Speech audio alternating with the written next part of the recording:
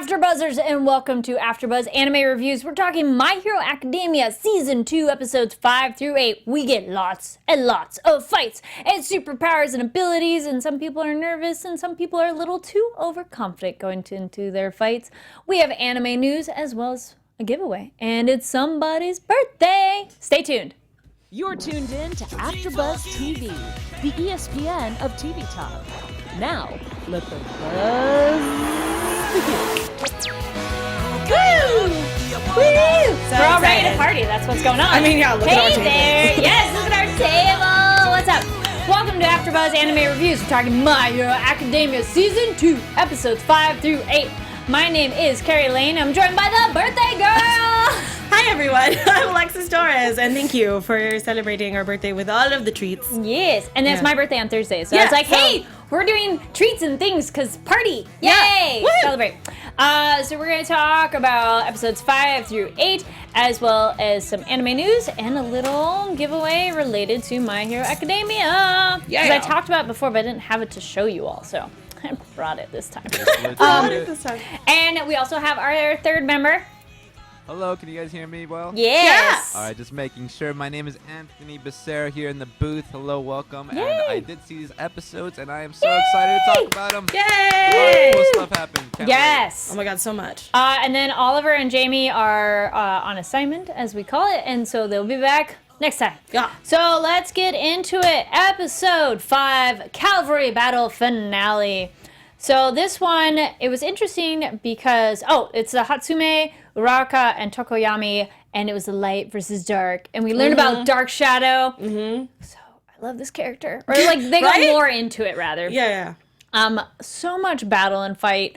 I'm trying to remember a moment here to be like, here, what's your favorite here? So like the end of the Calvary battle, were there any particular moments that like stood out to you? I mean, a lot of it is really great. And it's kind of hard because they obviously had to space it out so they were able to see everything. But I feel like the Calvary as a whole was my favorite part of the entire competition. I like the one-on-one fights just because you got to see more of it. But I also feel like they go by so quickly because you can tell which quirk is a little bit more powerful than the other, or just more cunning Or than the other. underestimated, Yeah, yes. exactly. So it was really cool to see that in the one-on-ones. But I feel like you really got to see people using their powers and getting to know their personalities through the Calvary. So Calvary, you know what I mean?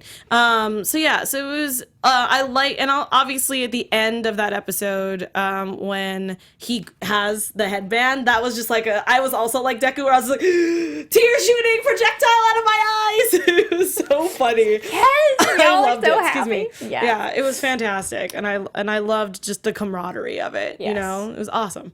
It's all about teamwork, and that was the Well, thing. to a point. Yeah. Well, they talked about how in real superhero situations, this is the example of you are probably paired up with someone you don't know, and like you have to learn their quirks.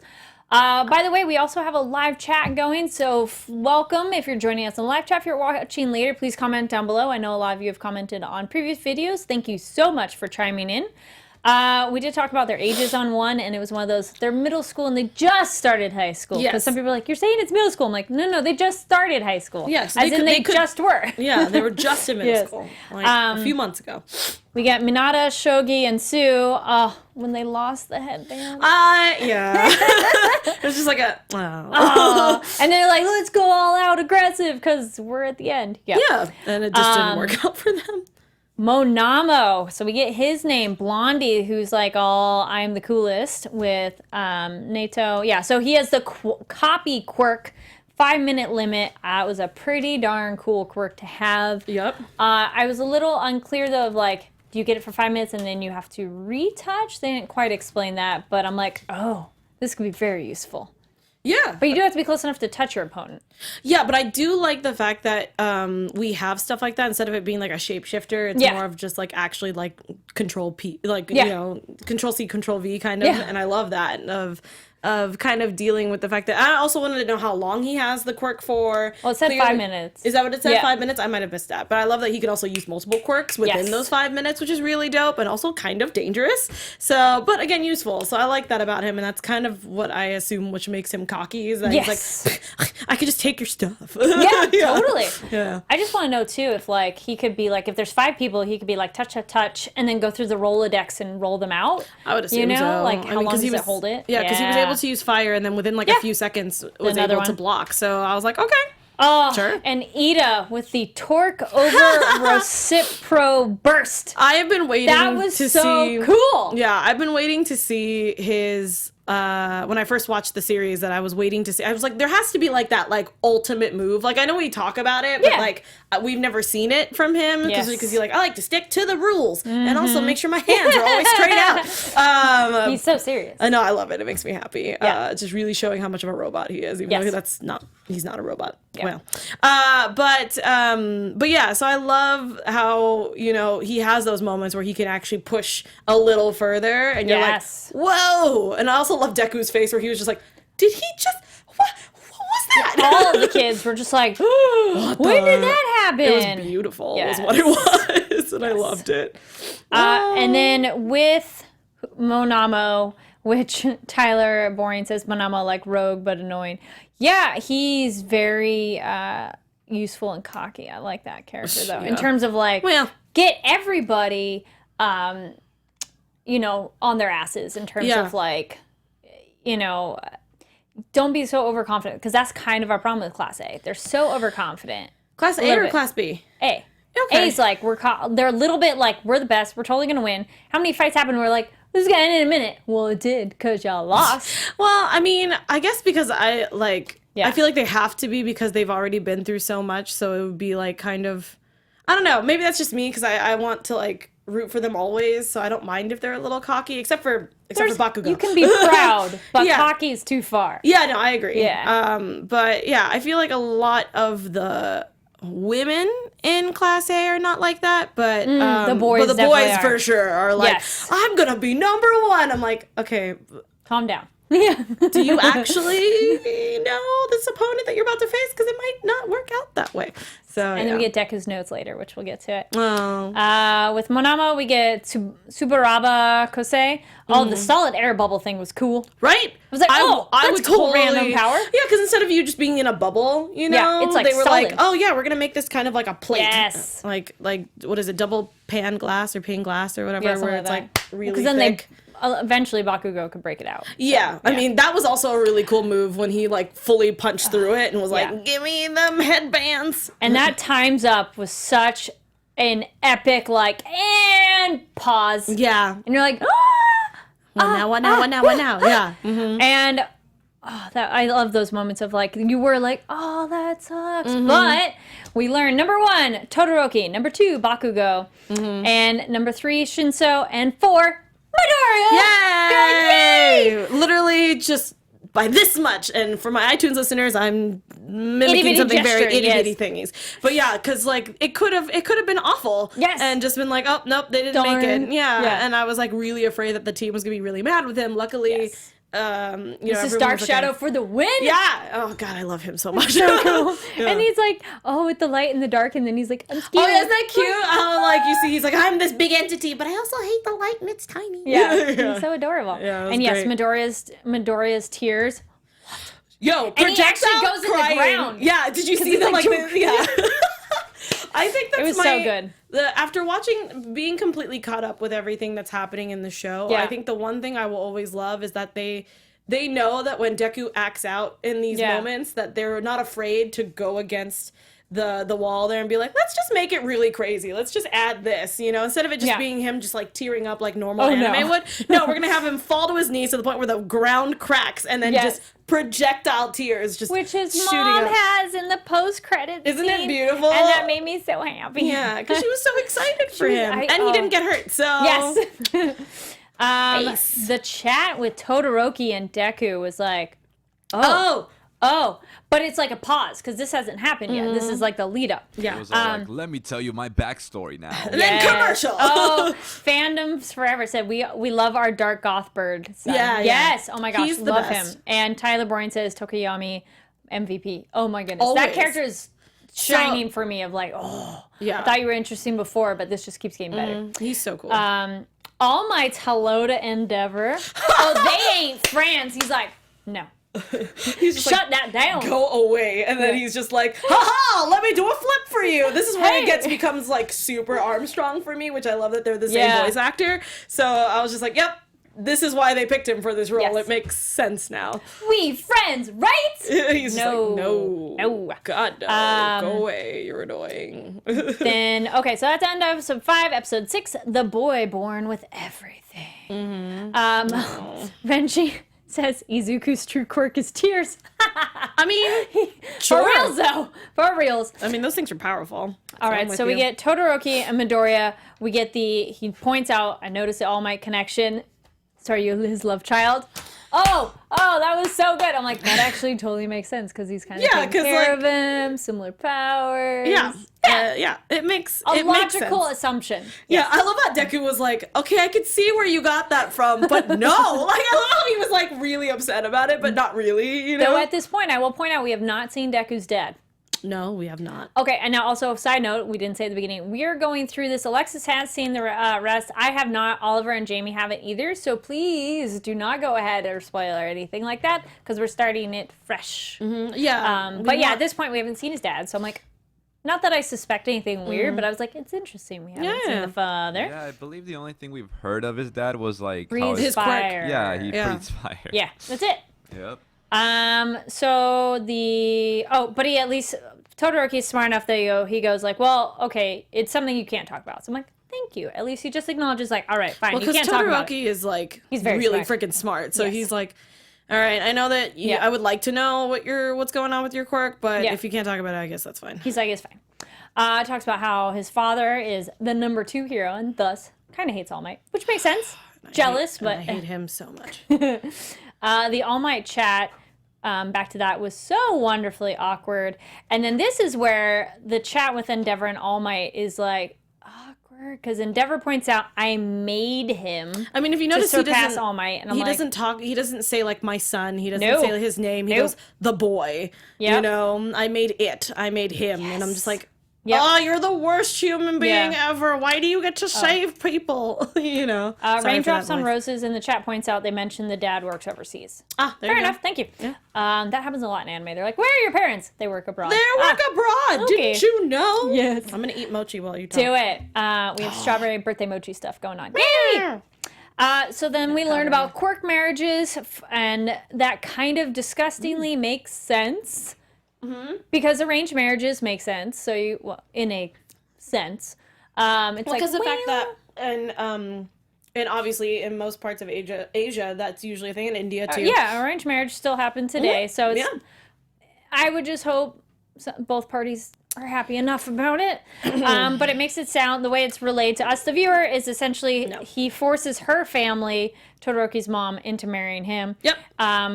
And she pours the boiling water on him, which I was like, oh, I did not expect the mom to do that, because it's like your left side is so unsightly and so horrible, and you're just like, okay, there's something darker there, because no mom would be like, I hate you, half of you, so much that I would hurt my own child. I mean, yeah, that's how you know that Endeavor is probably a terrible person and probably did terrible things to her. We don't have to know exactly because it won't be said, but that's my assumption, because no one just does that to their child without being traumatized in some way, shape, and form. Yeah. So this is why, when I talked about it last week, why I hate Endeavor. Literally just this, we didn't even have to go into major detail. Literally just this scene was enough. I was like, and I hate you. If he's, whatever he is that horrible that the mom would hurt her own child because of the connection is like, oh. Yep. Oh. All right. Other interesting thing with the scene, Bakugo is listening.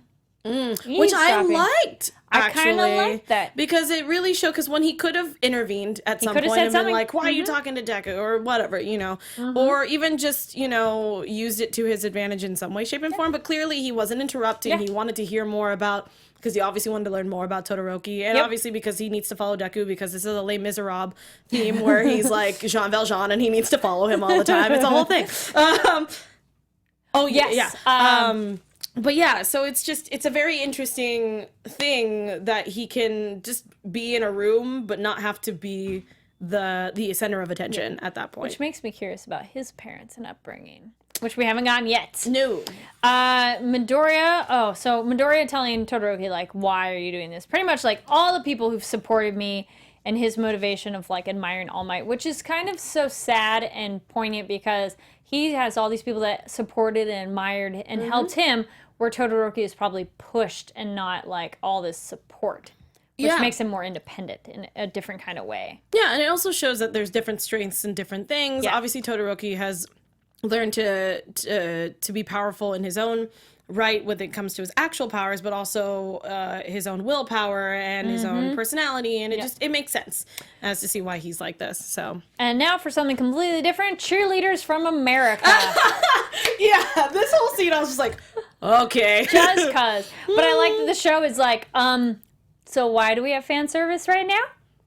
Which was funny because we can. That's why. No, that was literally, and I was like, oh, the writers and the creator was like, because I can. That was so unnecessary. It was so just like funny. But I also was like, it's Minata's creepy motivation. You have to. He's like, all the Luthers. He's like, yeah, we got to do this, everybody. I was also like, where did they get these cheerleader uniforms if they weren't supposed to technically do this? Like, who made these? Like, what? And then we find out real quick that all the kids, even though they lost, get to do some games to participate in. I like this and part. Something for all of you to participate in.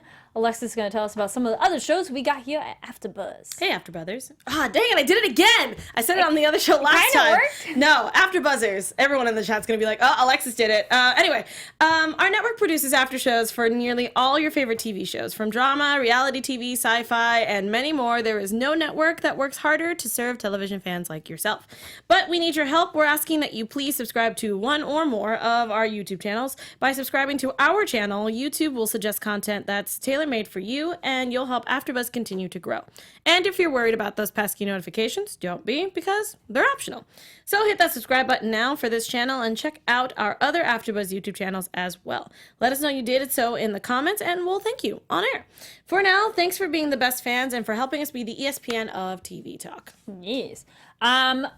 Pause on this because I saw this in the chat and I kind of want to be like, well. What? Aunt Barrow says quirk marriages are so that those with powers can, essentially mate to have kids. They didn't say that. I said it. To have even more powerful quirks. Now, the thing is, if this is a consensual arranged marriage, fine. Sure. But this is probably not artificial insemination. Like, no big deal. You have, like... No, there's more to this. I hope both groups go. Yes, I agree to this. Well, it was one of those, obviously in Endeavor's case, he saw the power that she had or the family had, was like, I want that, and was like, here's money, because you're probably poor or whatever their part of town they're from. And then that was it. And then just took advantage of her. Yep. That was it. Sakura Hinata says Momo probably made the cheerleaders' clothes with a quirk. Good point.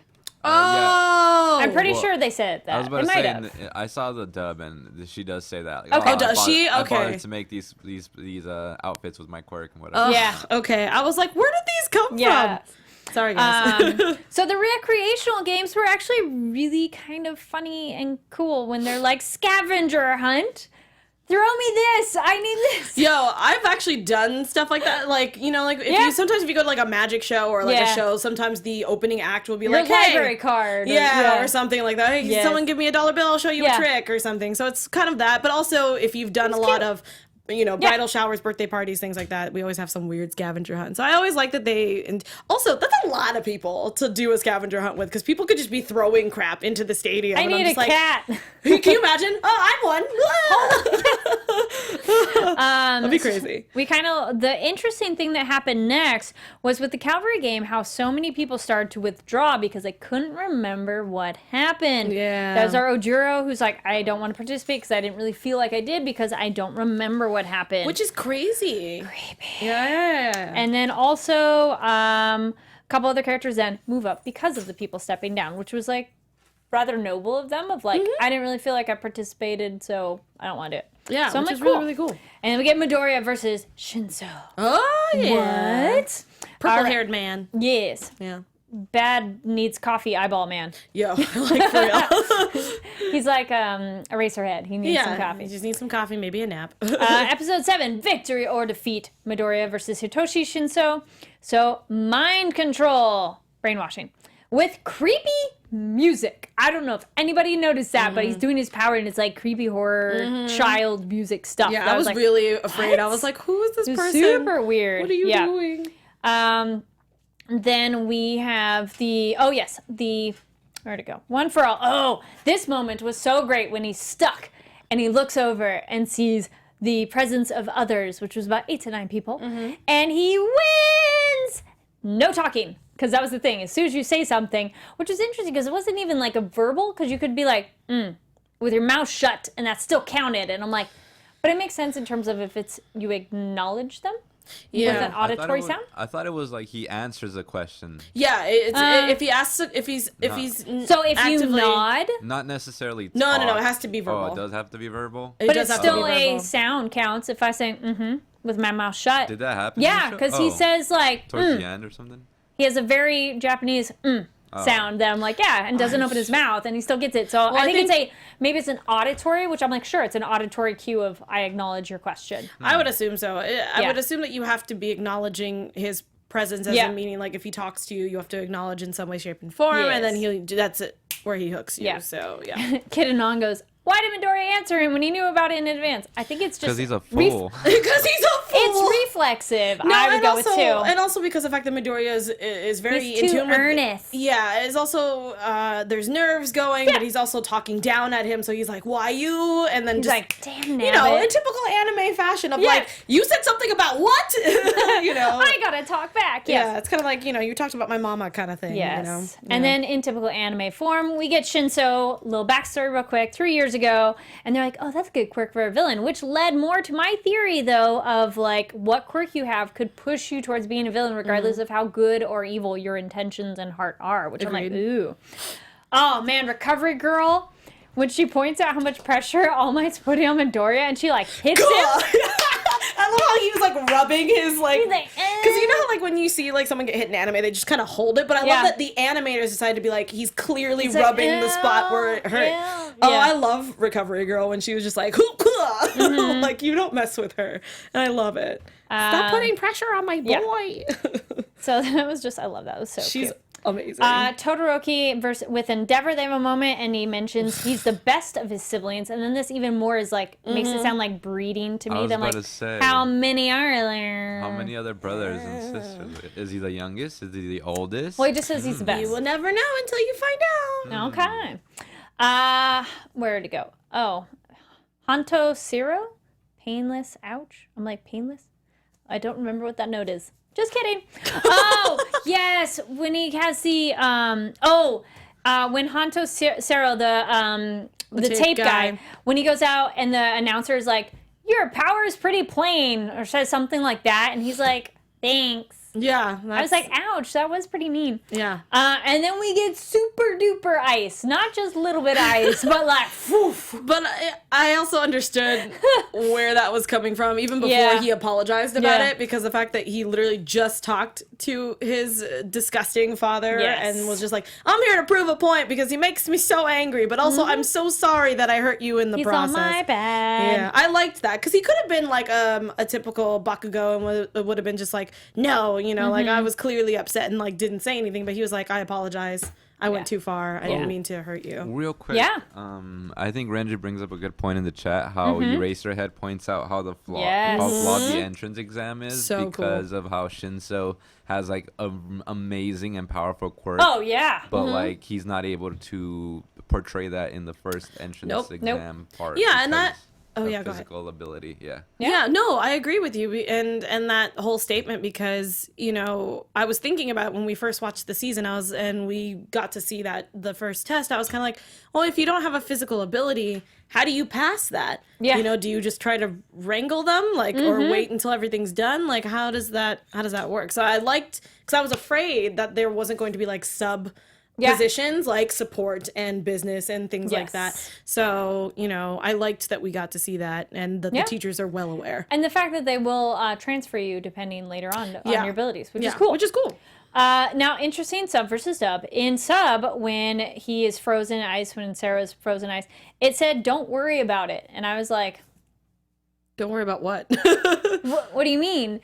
And then in English, it says, nice try. And I'm like, it's one of those, yes, that makes sense, but that's not exactly the first thing I think of when they're like, don't worry about it. I mean, yeah, I guess it was more of shake like... it off. We say shake it off. We say shake it off, but like, don't worry about it is like, don't worry about that you lost. Yeah, it made sense later, but when I was first watching, I'm like, I need to go back and watch the sub, because what do you mean exactly? Yeah. So, nice try. Yeah, I also liked how the crowd was very supportive. Yeah, it was really nice to see that. Especially because most of them has probably already had to go through this a long time ago, so it's really cool that they're like, hey, it's okay, buddy. You did really well. You know, good job.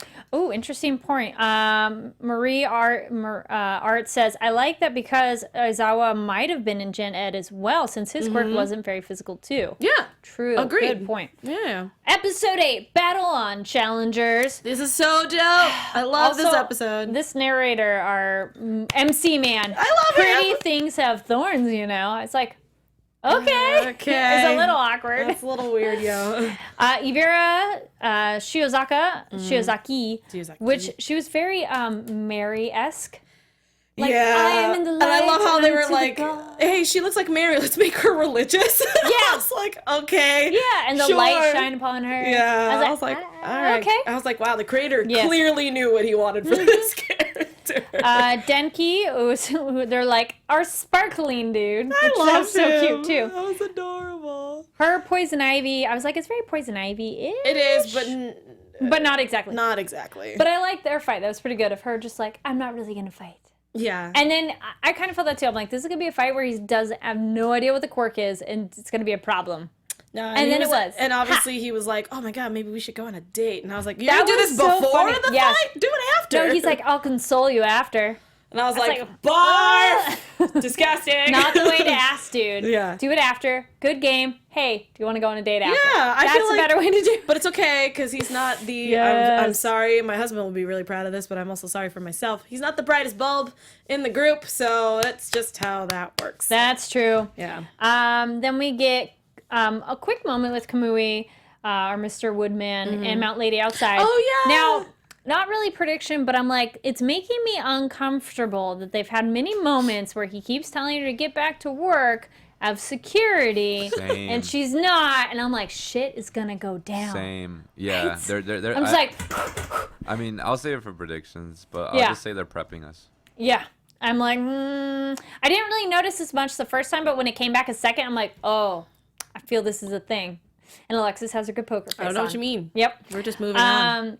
Then we get May, which we learn she does have a quirk. She has super zoom eyeballs, which she might have more too, but that's what they say. Her eyes are super zoom. That might be like her most powerful part of her quirk. Yeah. Which I wonder, because they show it in terms of seeing long distance, but I wonder if when she's working, she can get really up in her work and see it better too. I would assume so, because she has to work with so many tools and cogs and things. Yeah. And, that she probably has to really get in there and figure out like these really small details. So I think it's cool.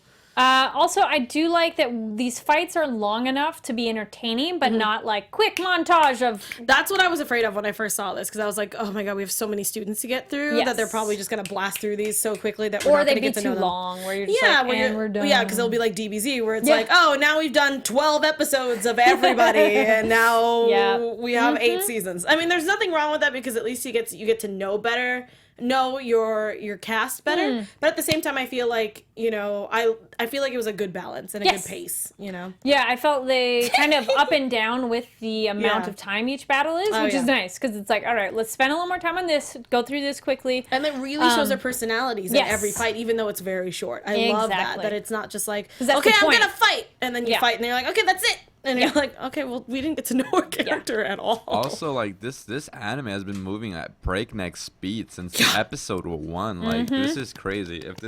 I'm guessing this is, like, for me, like, this is one of the more recent animes I've watched that has this kind of pacing. And I don't know, maybe it's a reflection of our, like, attention spans and how little it's, like, it's succumbed to, But I also feel like it reminds me a lot of classic animes, where I feel like because we had such a big cast, they're able to balance it out where you can actually still love every character and know at least a little bit about every character, and then learn more as the seasons go. Because I feel like if this anime came out back when we were all, a little younger, or whatever the hell you want to call it. Did you see the pictures where, like, if this was made in the 90s? Yeah. Yes. Oh, I love it. But I feel like this would be, again, one of the tops for sure. And things like that. Because I definitely feel like this is an anime that I grew up with, even though it's clearly way later in my adult life. You know what I mean? Like it's something that reminds me a lot of that. Not completely, and also because it's the new modern Naruto, I feel like, for this generation, but much quicker. Yeah, they don't really, it doesn't really, and nothing feels like a filler because everything that's happening is character development moments. And even if they do have a filler episode, it's very character development. Yes, it's all about character development. Yeah. So, which, speaking of which, we get May versus Ida. Oh, and it pretty much was just a 10-minute plus infomercial. I mean, you know, I wasn't, when I first saw this episode, I was like, I feel like she's not gonna fight, but she still technically did, but it was mostly just her going, hello everyone, I am here, look at my beautiful with babies. My microphone. Yeah, oh, I love that she had a microphone ready to go. They're like, she has a microphone? She has like the best infomercials. Yeah.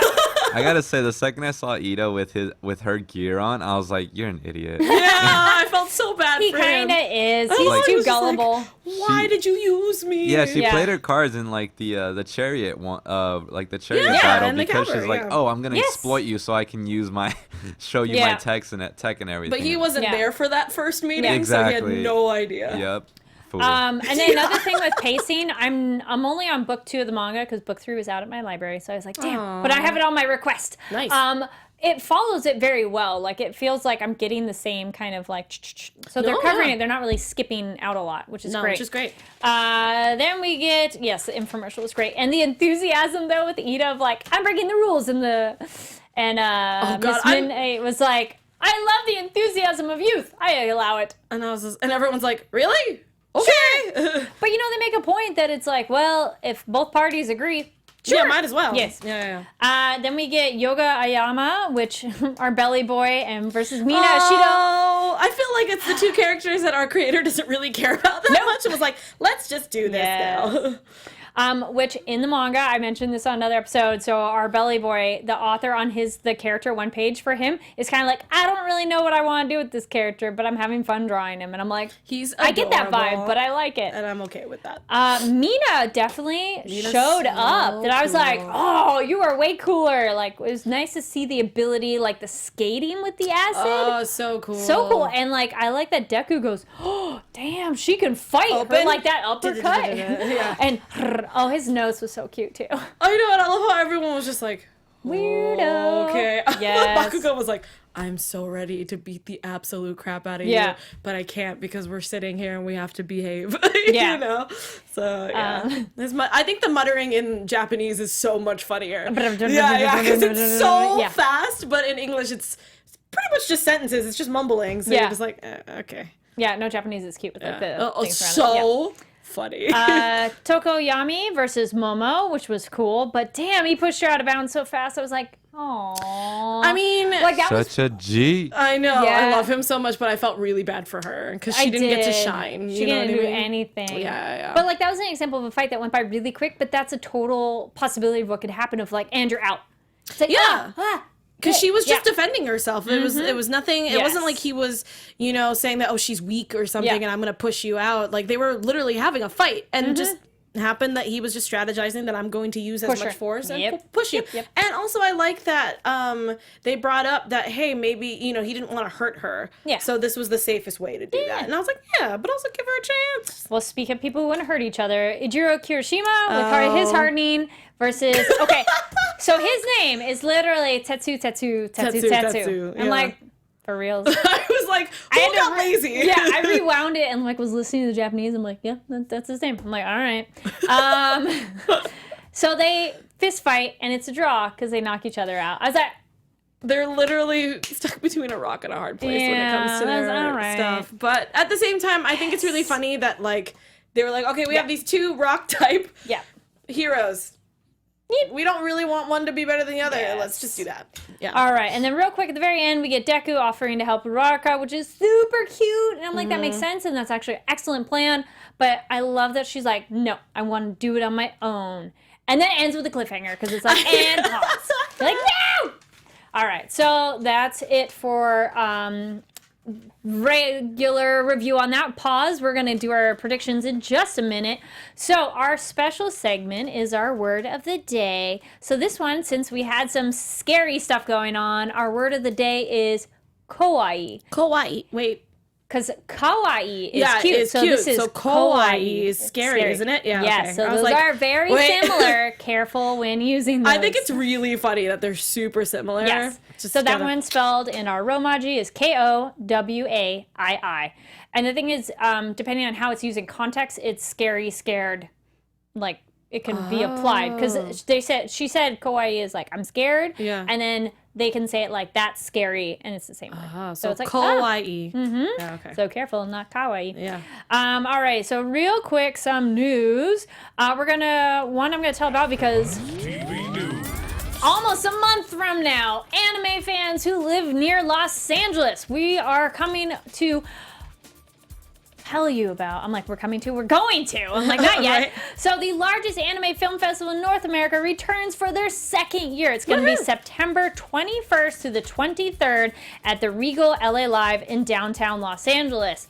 Festival will feature a weekend full of events, including the North American premiere of Love, Chunibouya, and Other Delusions, the movie, Take On Me, in partnership with Sentai Filmworks, Takahata Retrospective, talk sessions with guests, and many more. So a couple of us will be going to that and covering that event. So if you're into anime, which I hope you are if you're watching this show, go check out Los Angeles Anime. I'm like Asian, no. Los Angeles Anime Film Festival online. And then the other thing is, since we talked about I'm like, what was it? Fullmetal Alchemist. We did a bit of that one.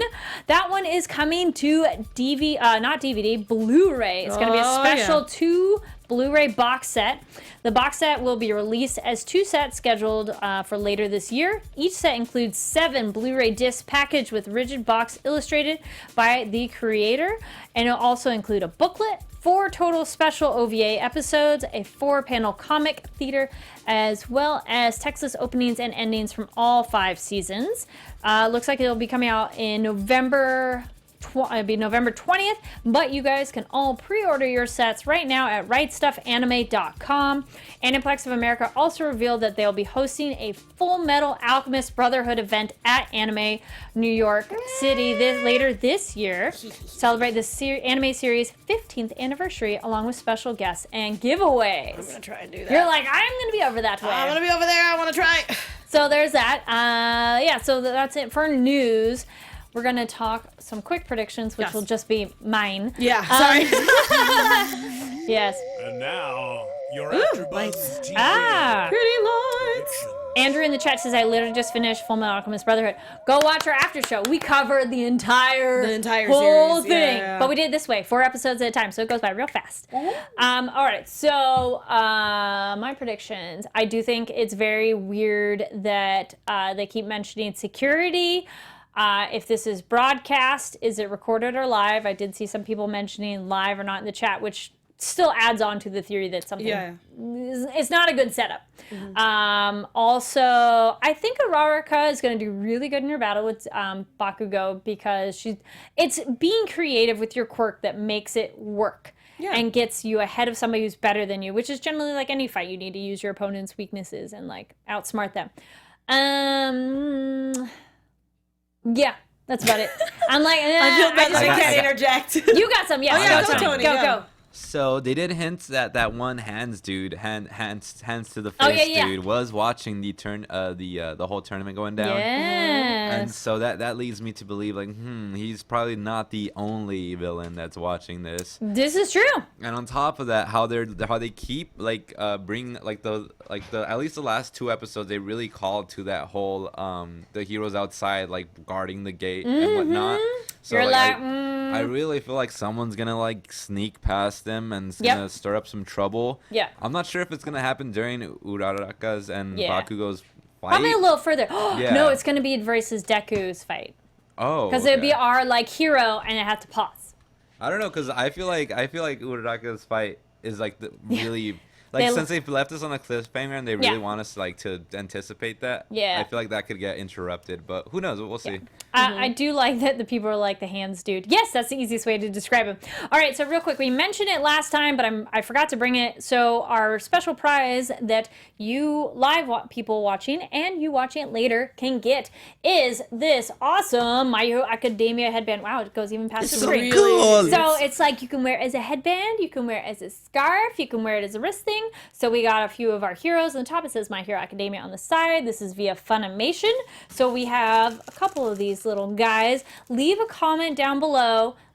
I was like, it's not a bandana. We'll call it a headband because it's not like it's definitely not a headband. It's. I mean, you could for females, you can probably use. Yeah. Well, no, you can use it as a headband if you're male or female. We'll call it headband, so we have one word for everybody. Yeah, so but it's still a headband. Leave a comment down below after the video because if you're watching it live, you have to leave it later. Comment headband and say your favorite moment during the Calvary battle. And then you might be one of our lucky winners. And we will mail it to you. Yeah. So that covers it for these episodes. Tune in next week where we're going to cover the next 4. And I looked, it's like 50 episodes for season 2. So I'm like, well, it'll be a while till we do our like 5 minutes. There's a lot. Put our 4 at a time is like a good way to get through these pretty quickly. Yeah. Thank you so much, everybody, for watching. Throw it over to Alexis, which again, happy birthday! Oh, thank you! Thanks, guys, especially for everyone who has sent birthday wishes over the internet. I really appreciate it. But you guys can, if you don't know where to find me, you can find me at Torres890. That's ATORRES 890. Join us for the other anime show that I cover, which is Attack on Titan. Those are on Sundays. Kari and I do an awesome show called Winona Earp. So if you love sci-fi and beautiful ladies, that's exactly what that is. And then Voltron just came back, so definitely check those out on Mondays at 7 p.m. Yeah. There we go. My name is Kari Lane. You can find me online at Kari D Lane. That's KARIDLANE. Also, make sure to follow ABTV Anime. So that's the Twitter for this show, and we talk about all things anime. And Alexis read a manga, and I'm going to write on there what she thought of it. So go there to find out. And again, leave comment headband and favorite moment from Calvary battle to win this. Don't worry, it's all packaged unless you want the one that's open, but your choice. Thanks for watching, and we'll see you all next week. Sayonara! From executive producers Maria Menounos, Keven Undergaro, Phil Svitek, and the entire AfterBuzz TV staff, we would like to thank you for listening to the AfterBuzz TV network. To watch or listen to other after shows and post comments or questions, be sure to visit AfterBuzzTV.com. I'm Sir Richard Wentworth, and this has been a presentation of AfterBuzz TV. Buzz you later. The views expressed herein are those of the hosts only and do not necessarily reflect the views of AfterBuzz TV or its owners or principals.